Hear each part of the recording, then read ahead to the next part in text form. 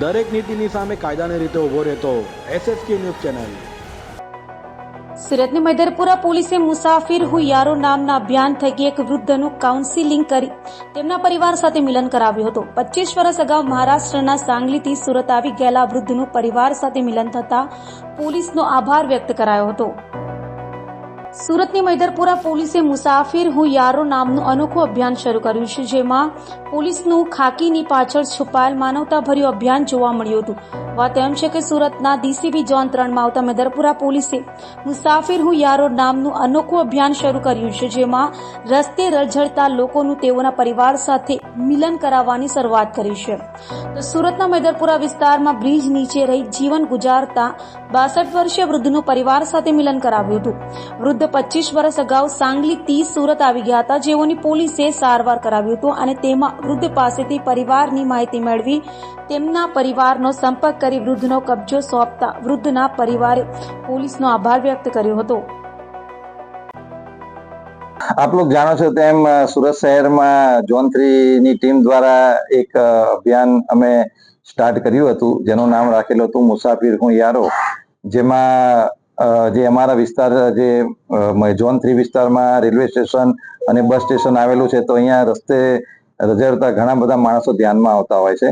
તો પોલીસ પોતાની જે રૂટીન ડ્યુટી છે એની સાથે સાથે આવા જ્યારે કોઈ વ્યક્તિઓ અમને મળી આવે તો એમને અમે પોલીસ સ્ટેશનમાં લઈ આવીને એને જે મેડિકલ ટ્રીટમેન્ટની જરૂર હોય તો એ તેમને નવડાવી દોડાવી એમના કપડાને એમને જમવાની વ્યવસ્થા કરી આપતા હોય છે।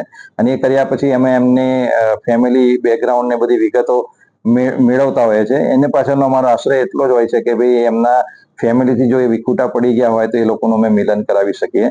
તો આ જ અભિયાનમાં અત્યાર સુધી અમે 10 કરતા વધારે આવા અલગ અલગ વ્યક્તિઓ, જેની અંદર 2 મહિલાઓનો પણ સમાવેશ થાય છે, એમને એમના ફેમિલીને અમે પરત કરેલા છે।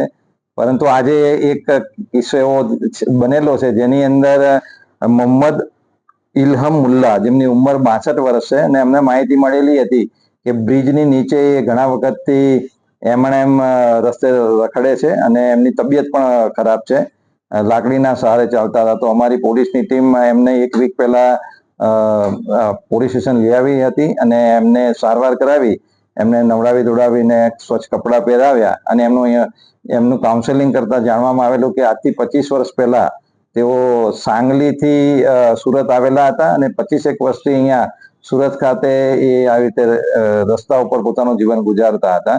ખાલી અમારી પાસે એ સાંગલીના છે એટલી જ માહિતી હતી, પરંતુ એના આધારે અમારી સુરતની ટીમ અમે કામે લગાડી હતી અને રેલવે બસ સ્ટેશનની અંદર જે સાંગલીની બસો લઈને આવતા ડ્રાઈવર્સ હતા એનો અમે કોન્ટેક્ટ કરેલો હતો અને એમને આમના ફોટોગ્રાફ્સ અને એમની વિગત આપી એમને અમે રિક્વેસ્ટ કરી હતી કે ભાઈ આપ તમે સાંગલી જાઓ ત્યારે આની થોડી શોધખોળ કરજો। અને નસીબ એટલું સારું હતું કે સાંગલીથી એમના એક સનની મોબાઈલ નંબર અમને મળી ગયો હતો, જેની સાથે કોમ્યુનિકેશન એસ્ટાબ્લિશ કરી એમના ફોટોગ્રાફ્સ ને બધું મોકલતા એ લોકોએ કન્ફર્મ કર્યું હતું કે હા એ અમારા ફાધર જ છે।